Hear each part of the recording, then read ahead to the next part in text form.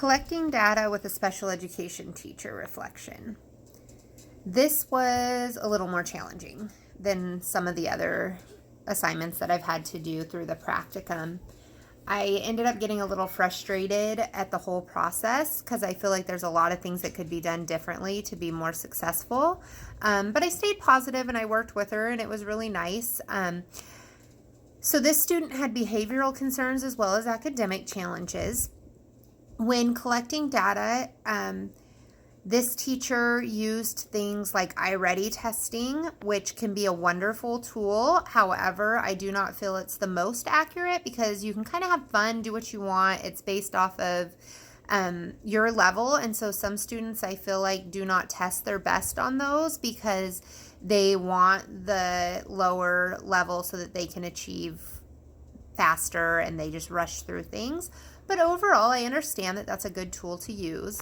They also used work samples, lots of work samples. She had a file that she collected through the beginning for that whole year, and at each progress area, she would do a summary of where he was at, and so that they could keep collecting data moving forward.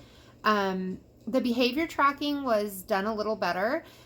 She had a set system that was designed by the school psychologist in the district where she entered data on a daily basis of that particular goal, and it kept an ongoing tracking of that information, which I thought was definitely best practice. I thought it was a wonderful way to use data record taking and to really see the growth in the student, because there was a baseline that it started at, and it built graphs so that it was all there for you to look at, and you could really see if the progress was being made or not.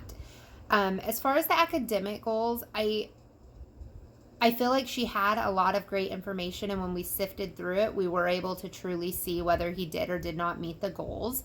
And he met all his goals but one. And in the one area that he didn't meet was a math goal.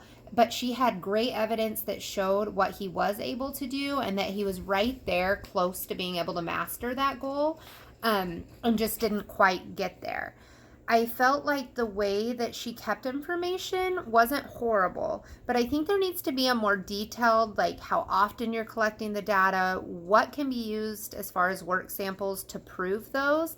And hopefully through my internship process after this step, I'll be able to work with the head school psychologist to get some of that implemented in the schools. I'm not sure how that process is going to work, but I definitely like the way the school psychologist has put in recommendations for behavior tracking, and I think if we could implement that with academics, it would be really successful.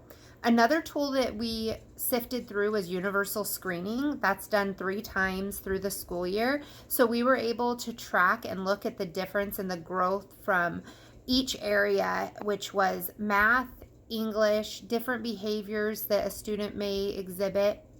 In total, I think there was 10 areas that are rated. The teacher rates them at 3 separate times. And after we looked through that data, we were able to see that this particular student had made growth in all areas, which was really nice to see by teacher rating for the universal screening. In general, I think the process was nice. I just think that when it comes to something as large as IEP goals, we need to have some concrete evidence and put in place that is more standardized on how we're collecting the data to decide whether a student does or does not master a goal. But overall, it was a pretty good experience. I liked working with the special ed teacher, and I look forward to working with her in the future as I move into internship eventually. So, it should be an exciting thing, and I hope that I can help bring something to the table that's new that can help with this goal processes as well.